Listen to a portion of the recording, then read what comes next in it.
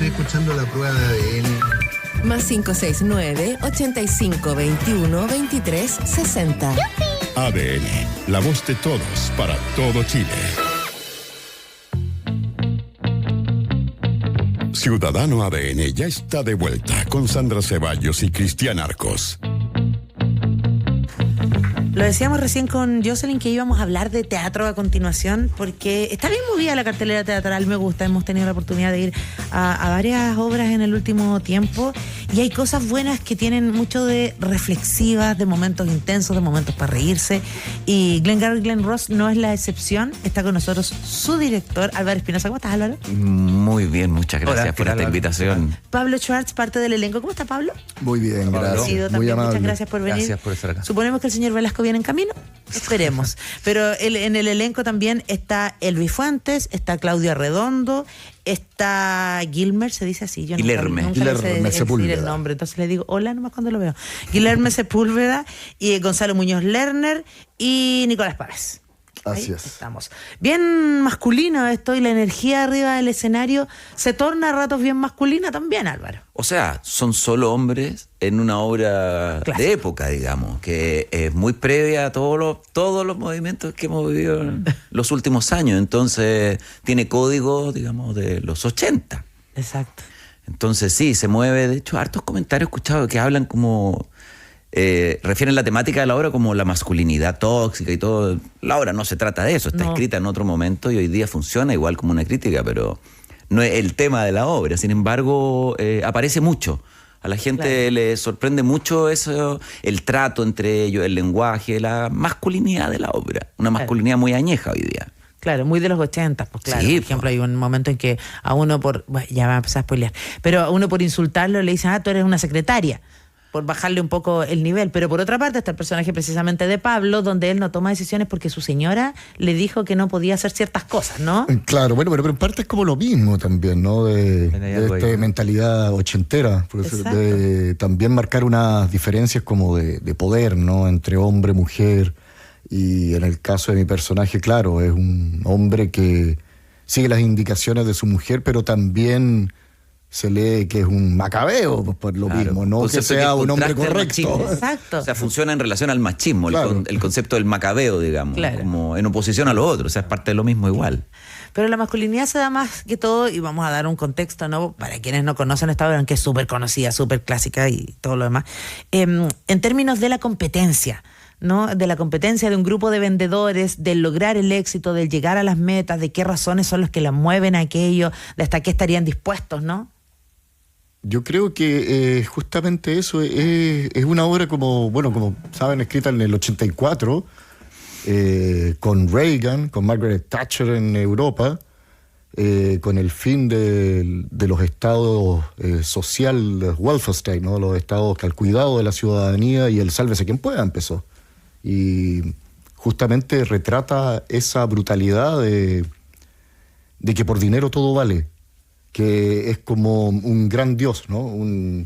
Es una excelente excusa. No, igual lo tenía que hacer, porque, qué sé yo, tiene que comer a fin de mes, tiene que pagar sus cuentas.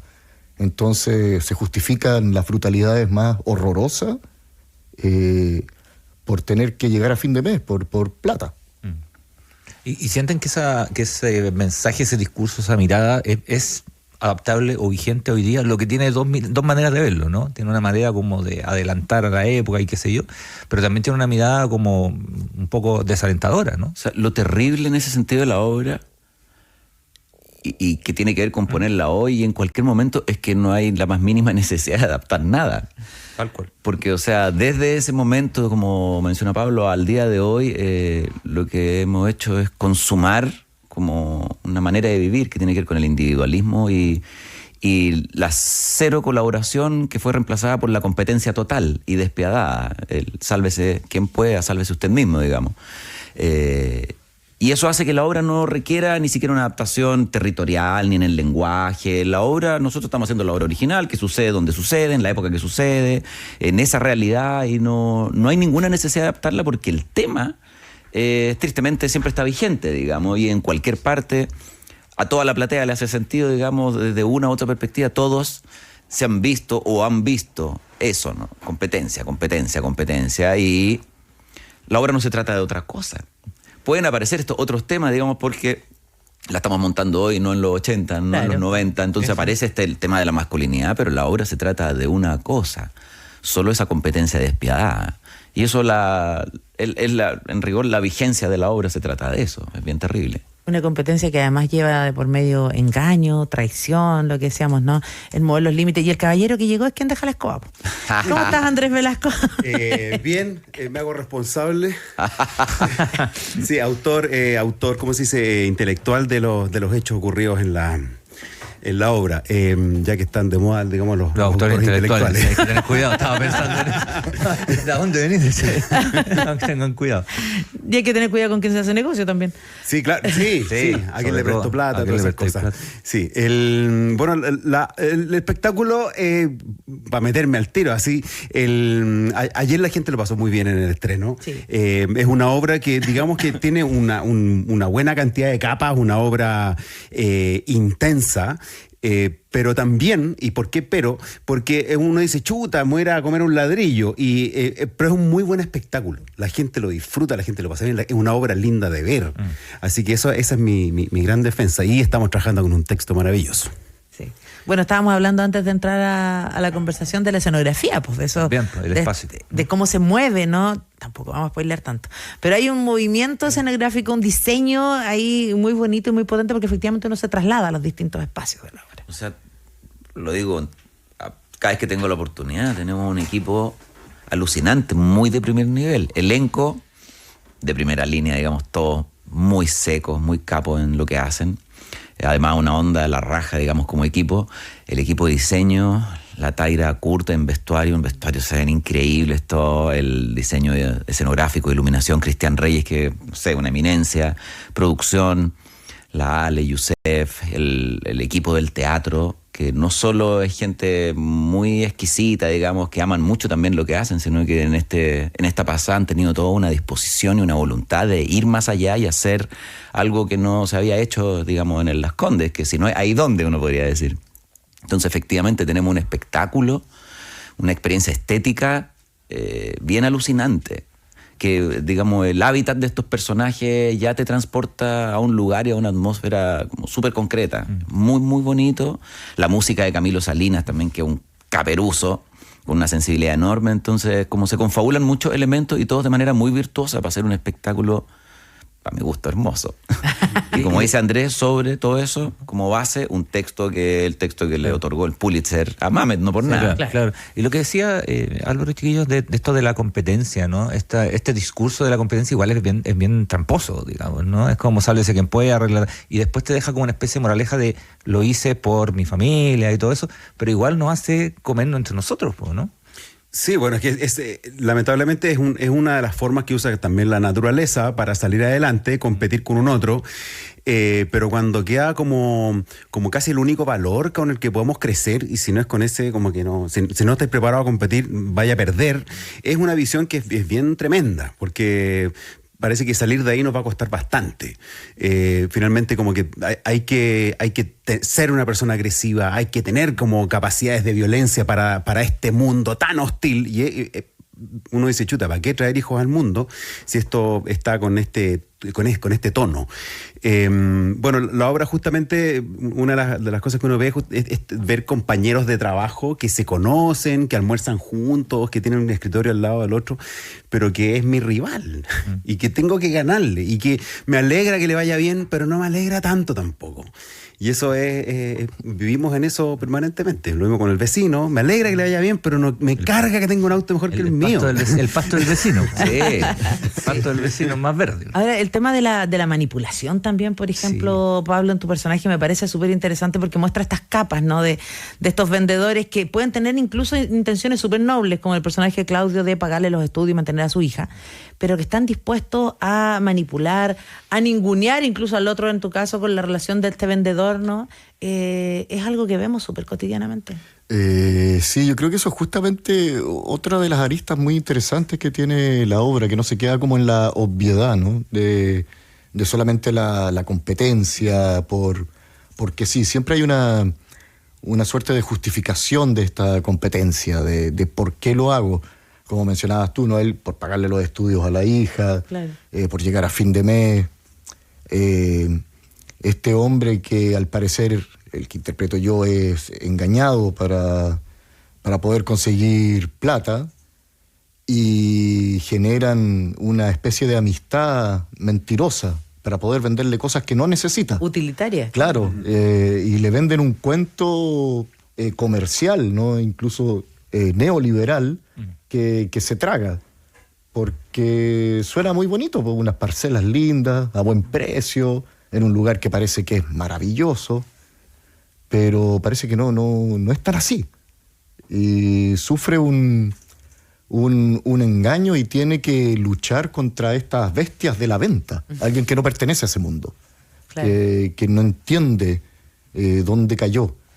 Y eso también creo que ocurre a diario con gente que vende cosas de verdad, ¿no? Así sean seguros, sea terrenos, sean autos, lo que sea. De uno mismo cuando está comprando algo, ¿cómo te lo venden?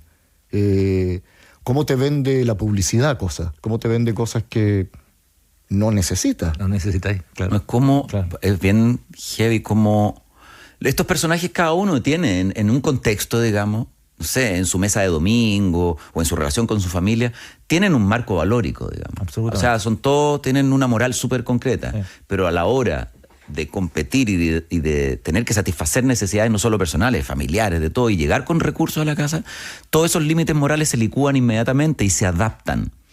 De hecho, se adaptan a su cliente, ¿no? Venden una pomada moral. Le arman, no sé, el vendedor en la escena que hace Guillermo con Schwartz en el primer acto, lo que hace Guillermo es hacer como una especie de diagnóstico moral, hace un abanico de posibilidades, esto, otro, ¿qué te pasa a ti? No, hay una moral absoluta, no lo creo, si tú lo crees, y estás permanentemente jugando con concepciones morales, como diagnosticando a este tipo para poder meterle el diente. Entonces, a la hora de tener que sobrevivir, ya parece que la moral no es como esa piedra, Es más digamos, flexible. basal de cualquier ser humano. Se licúa inmediatamente y se adapta a la necesidad. Sí, está extraordinario Guillermo en su rol, además, aprovechamos de decirlo. Oye, pero estaba escuchándolo y era eso de, claro, nos venden cosas que no necesitamos y muchas veces no son solo productos y servicios. En un año electoral también son discursos, también son promesas. Por supuesto. Claro que sí. Y yo creo que estamos un poco acostumbrados a eso y vivimos en ese mundo como dándonos cuenta sin darnos cuenta de las pomadas, ¿no? Todas las pomadas que nos venden, que son 1 millón. Y uno se acostumbró un poco a ese tono, a esa canción. Ya uno es como... A mí de chico me han llamado la atención los réclames, que cantan siempre. Con ¿Por qué me jingles. cantan? ¿Por qué me hablan como si fuera un idiota para comprar, no sé, una tele o lo que sea, una jalea? ¿Por qué me cantan? ¿Por qué me tratan como niño? Y funciona, po. Sí, Eso o es lo sea, más terrible, que funciona, que te traten como Gil. El sistema logra que los individuos sean, en rigor, consumidores. Y en eso funciona como un estrechamiento de la realidad. Yo siempre veo a la gente que dice, no, súper ecológico, y una cuestión ecológica, ambientalista y todo, y no para de comprar en aplicaciones miles de cositas innecesarias que se convierten en basura al poco tiempo. No sé, en la cocina tener el pelador de papas, más el pelador de zanahorias, más esta cosita que te hace esto acá. Cuando todo eso lo haces con un Podría cuchillo. hacer con una cosa. Con un cuchillo que te puede durar toda la vida, un buen cuchillo y una piedra para afilar, y listo. Sin embargo, la gente se llena y todo viene empaquetado sobre el empaquete del paquete, y tú decís, pero esto tiene una... Y además a 500 pesos y viene desde China en barco, y, o sea, toda una mirada ambientalista. Sin embargo, hay un estrechamiento ahí porque nadie quiere ver su propia huella de carbono, ¿cachai? Claro. Es como cuando apareció el plástico y los pañales y de repente nos dimos cuenta que era una basura que no se podía reciclar, pero cuando apareció, todos lo vimos como un valor. Obvio. El cumpleaños de los niños. Ay, comprar los platitos plásticos que así no se... Oye, es fantástico. Y ninguno de nosotros dijo, pero ¿y después cómo me hago cargo del platito plástico? O sea, cuando en la medida que eso nos fue facilitando la vida, no quisimos ver lo otro. Nadie lo vio. Y nos vendieron con canciones y todos nos adaptamos. ¿Por qué? Porque nos convenía, era barato, era cómodo. Usted gana tiempo, ¿ah? Puede ser mejor mamá, mejor papá, porque ganas tu tiempo. Y de repente nos dimos cuenta que estábamos cubiertos de plástico. Entonces el sistema logra generar un estrechamiento en la mirada y uno ve lo que quiere ver nomás. Lo mismo con lo que hablamos, pasa con la moral, también pasa con todo. El sistema tiene una capacidad muy potente de intervenir la percepción, la sensibilidad, el cerebro del ser humano. Está enfocado en eso. Y es despiadado. Nos pone a competir unos con otros. Y nosotros terminamos siendo parte de ese sistema, además. Somos todos. Pensaba en lo que decía Álvaro de los claroscuros al final, ¿no? De los claroscuros, los grises que de pronto se establecen en las diferentes personas, cuando de pronto lo que te mueve no es precisamente la maldad como tal, y que lo hace que me parece mucho más interesante y mucho más empático respecto a que los claroscuros, los grises los tenemos todos, ¿no? Claro, porque además es una obra de teatro que no tiene personajes malvados, malos. No tiene malvados. No es que alguien sea el malo de la película, ¿no? Y ni tampoco el bueno. Tampoco hay No existe eso. Son, de cierta manera, víctimas de las circunstancias, de la sociedad. Como todo un poco. Claro. Como todos nosotros, claro. No es que haya el perverso de la obra, ¿no? El sistema del perverso. Claro, No, el la sistema genialidad del de perverso. Muppet en el sentido que ya no hay el bueno y el malo, Sí, pues. que quiere conquistar el mundo. No está ese antagonista. El antagonista es muy genial en hablar del sistema. El sistema del antagonista, claro. Es la O el circunstancia que protagonista, vienen estos personajes que protagonista. hace que Claro. puedan ser buenos y puedan ser malos a la vez. Claro. Y las debilidades Depende de la humanas también, circunstancia, pues, las pero debilidades humanas. pone como en Master of Puppets, ¿no? Claro. Como Claro. podría ser el afiche de la obra, también podría ser como la portada Claro. de Metallica. Sí, claro. El Master of... Hay algo Buena encima de buena todo, ¿no? referencia. Claro, de hecho, la obra tiene. Buena referencia. La obra tiene un conflicto, tiene una historia policial que Además, definir. pues, y, eso, claro. y eso es interesante. Sí, hay un relato y eso ahí, se claro. cierra. O sea, no es que quede abierto. Sin embargo, nos damos cuenta que aún resuelto el tema policial, el problema sigue siendo el mismo. Y no se arregló nada finalmente porque es lo que vivimos. Y eso es lo interesante. Digamos que finalmente lo que pasa por debajo es más grave que los mismos actos delictivos. Sí.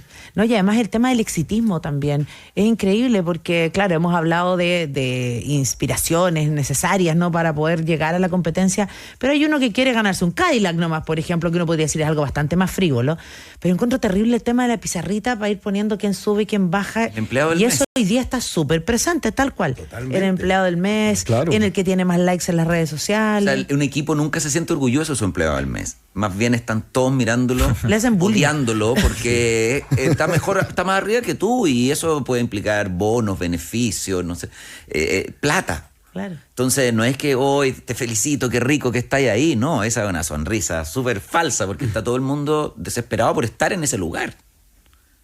Entonces, es una trampa, pero en cualquier parte tú eres el empleado del mes. Sí. Sí, y termina el mes y vamos con el mes siguiente, que es lo mismo. O sea, no es que se ríe el año, no sé, que podáis celebrar. No alcanzáis a celebrar ni a lamentarte porque tenéis que vamos de nuevo con otro. Se borra la pizarra y vamos con la cuenta una vez más. Y Que la rueda no O se sea, detiene, digamos. sí, La rueda eso, siempre son gira, puros siempre hámster, gira. pero el Hámster, gran sí. enemigo es la rueda. La ardilla no para, decía un amigo mío. Y van desesperados corriendo, a veces incluso felices, pasándolo súper bien sin darse cuenta que están en una rueda, porque cuando decís, bien, voy a llegar, llegué, pero ya la meta es la partida, y estáis de vuelta, no se detiene nunca, entonces nunca puedes llegar. No puedes llegar a ese lugar, a esa seguridad, como dicen los vendedores en un momento, seguridad, comodidad. No, siempre es transitorio, pero hay una fantasía de llegar a algún lugar, es imposible. ¿Y ustedes alguna vez compraron algo que después se dieron cuenta que no necesitaban o no querían? Da cachai, güey. estaba pensando en Tengo unos peladores de zanahoria, lo último que realmente necesitaba y no me acuerdo. De todo lo que has comprado. Sí, claro, porque en la cocina, es verdad, uno se llena de cosas que necesito. Que está en oferta. Sí, claro, necesito esta cuestión que me ayuda a preparar, no sé, la sémola. Y uno dice, pero No, pero ¿cómo si- sémola? Yo tengo un huevito plástico que te dice cuando el huevito está duro, cuando está a la copa, y va cambiando de color. Lo he usado una vez. La visión también servía para eso. Es como Pombo Fica cuando habla de los seguros, ¿no? El Exacto, seguro sí. por Sí. si te ataca un canguro en Exacto. Alaska. Es como, y uno lo compró igual. Po. Terrible. Oye, qué interesante eso, porque efectivamente, además nosotros hemos, creo yo, movido la barrera de hasta qué punto somos flexibles, lo que decía Álvaro, ¿no? Respecto a esta roca fundacional que como seres humanos nos movía. Hemos cambiado harto las cosas, ¿no? Por algo tenemos los extremos que tenemos hoy día, por algo tenemos los vendedores que tenemos. Bueno, el mundo de la política es súper nítido en eso, como a propósito de una campaña, un periodo de campaña, y las encuestas van diciendo, en realidad, van modificando los discursos. Exacto. sea, no hay en realidad como que no hay atrás a alguien que tiene ideas súper y que las va a defender. De hecho, la mayoría de las veces eso que defienden férreamente lo esconden con otros discursos encima, digamos, que podrían ser mucho más atractivos, pero siempre es un caballo de Troya. Ahí hay un vínculo, un link, creo yo, entre el mundo de la... Y no lo digo en términos de subestimar para nada, pero como diagnóstico, ¿no? De la publicidad con la política, ¿no? O sea, la política es súper publicitaria, digo. O sea, sin discurso lugar, político, sin lugar a duda es una venta, Sí. es una vendida de pomada muy grande. Y como dice Álvaro, el discurso real no rara vez sale a la luz. Es como Que el que Trump. no cambia. Claro. El discurso y luego con los hechos, ¿no? Que es del terror el hombre. Un Putin rubio. ¿Cuál es la última pomada que te vendieron, Pablo Charcho? La última pomada que me vendieron, mira, yo creo que a nosotros nos venden pomadas todos los días, pero me han tratado de vender pomadas últimamente, pero hace rato que no compro. ¿Por qué te quieren candidatear a algo? No, pero siempre han querido que sea rostro de cosas. Que te sumes a campañas. De campañas, de productos y servicios, qué sé yo, y claro. no... Eso a mí personalmente dentro de mi mundo muy loco y muy personal, me deprimiría mucho si lo hiciese. Ahí yo creo que me entraría derecho al flagelo del alcohol o algo así para poder soportarlo, porque realmente no va conmigo y trato de... ¡Ya no puedo más! y trato de ser... No voy a decir consecuente porque es una tontera personal. No, claro. Hay ciertas cosas que con la vejez, sobre todo, lo bueno de ponerse viejo, que a uno le empieza a importar todo como un pito, ¿no? Y eso es bueno, es sano. Es sano que a uno le empiecen a resbalar cosas y no enojarse tanto, no ser tan apasionado por cosas que no merecen serlo. Oye, depende de los momentos también. Yo Vasconcelos, por ejemplo, el otro día, que ha estado montones de veces en campañas y demás, se nos dijo, mi música no la usa nadie para la política este año, por ejemplo. ¿No? ¿A ustedes les ha pasado? ¿Les han ofrecido algo? ¿En política? No, por suerte no. En publicidad sí. Sí. A ver, estaba pensando que lo último que me hayan vendido a mí, así como me ofrecieron un crédito, o sea, un crédito de consumo, una cifra que te dijeron, está preaprobado tu crédito, una cifra que yo decía, pero y me decían, para que lo uses en lo que tú quieras. Claro. Menos mal. Claro. Pero Si me dijeran en qué gastarlo, claro. cómprate un bote. Sí, claro, si me voy a poner una soga al cuello, por no elegir en qué, Claro. en qué voy a gastar esa cifra. Claro, Si era. toma una pulpería. digamos. Puedes elegir lo que tú quieras. Claro. De aquí. Claro, pero pasa eso, es preaprobado, que uno jamás lo pidió, y que es un monto que te suena grande, pues, ¿no? Y que es un gancho, ¿no? Porque dice preprobado, pero tú haces clic y te Sí, dice ya, mándame pues, de esto, mándame mándame igual, esto y no, esto si igual otro, es mentira. a ver si. Y o ya sea, empezaste a gastar la plata, es un digamos. SEO, Claro. claro. Y dicen, oye, con esta plata, ya que la pensáis, cagaste. Sí, po. Sí. Exactamente, el gancho. Sí, la zanahoria. Ahora, en la obra igual hay una mirada que, claro, es de desaliento respecto al sistema, pero como que ya sea la reflexión de audiencia, porque las obras, los libros los terminan las audiencias, creo yo, ¿no? Las películas, qué sé yo, que igual te da esa vuelta, no sé si optimista es la palabra, pero sí al menos reflexiva, ¿no? Bueno, una obra también que tiene mucho humor. Sí. Y eso es una gran gracia de David Mamet, que es capaz de tocar estos temas y no caer en un pozo de denso, como un empaste, ¿no? de situaciones. Y logra alivianar, de hecho, a un punto que uno al principio no se da cuenta que lo brutal que es lo que viven estos personajes. Porque el lenguaje es bastante liviano. Y engaña a Mamet de muy buena manera con eso, ¿no? Con su lenguaje muy cotidiano, es una obra donde los personajes se interrumpen, tiene una suerte de naturalismo, no me gusta esa palabra, pero no encontré otra mejor, en el decir, de gente que todos hablan al mismo tiempo, a veces no...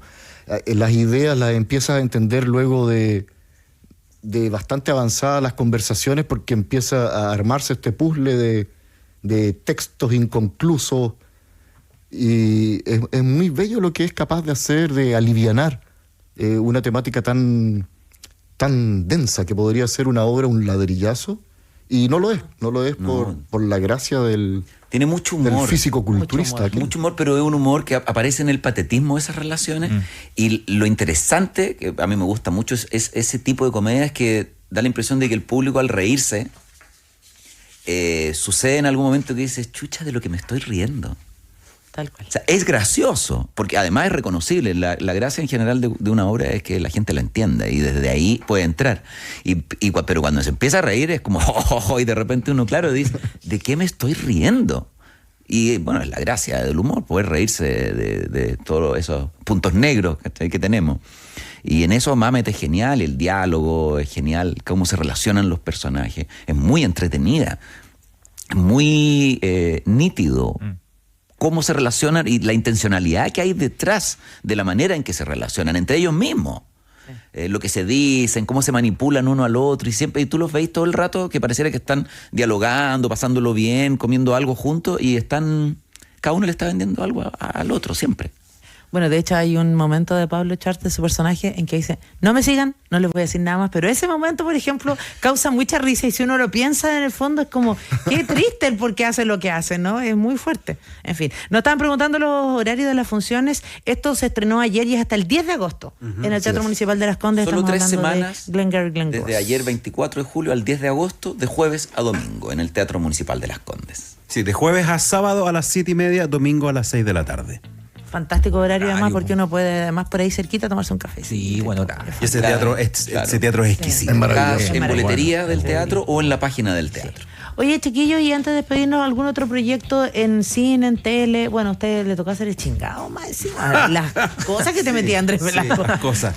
No, ahora por suerte estoy solamente dedicado a esta obra que nos absorbe bastante energía y tiempo, pero lo hacemos con mucha alegría poder hacer arte para la gente. Así que estoy ahí de cabeza en Glengarry Glen Ross. ¿Pablo Schwartz? Yo estoy con Glengarry, obviamente, y estoy también con una obra con Marco Antonio Laparra que escribió él, que yo dirigí, que se llama Mr. Shakespeare, que la dimos Claro. Ayer tuvo en Marco Antonio aquí. en la Finisterra y después en el Centro Cultural de Las Condes, ahí frente al Estadio Italiano. Sí.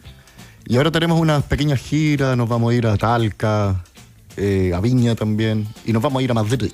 Ah, mira, qué internacional. Qué bueno ver a Marco Antonio, que estuvo ayer aquí Estuvo por la ayer pequeña, con el nosotros. reestreno de la pequeña historia de Chile. Sí.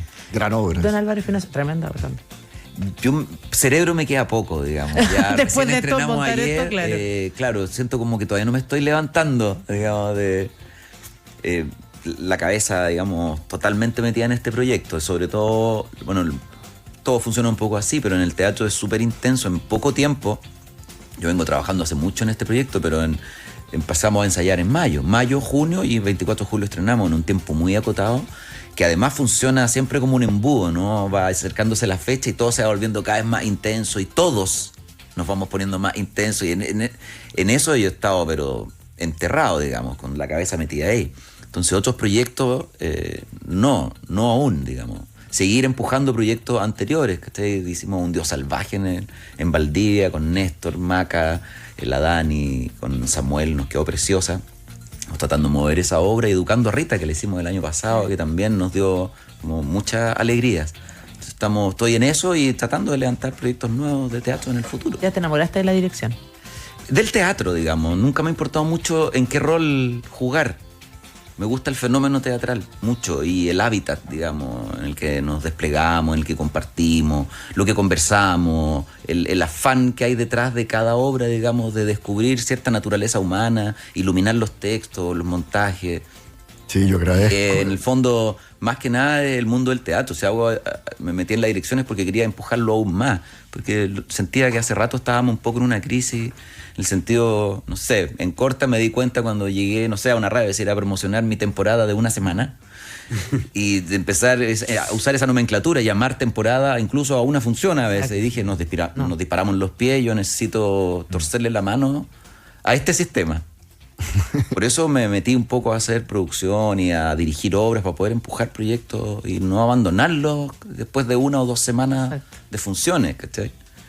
Pero sí, me gusta mucho el rol en todo caso, es muy bonito. Oye, les encargo el nivel de la discusión en las redes sociales con esta obra. Están citando a Víctor Frankl, están hablando del Homo Faber, del Homo sapiens, la sociedad del cansancio, las competencias. Caló hondo la conversación. caray, ¿Viste? vaya, Aquí hay audiencia. Yo hablando de un huevito para ver cuándo está listo la copa. Muchas gracias, Bueno, muchachos. chao. Que estén muy Ha bien. sido un placer. Muchas gracias.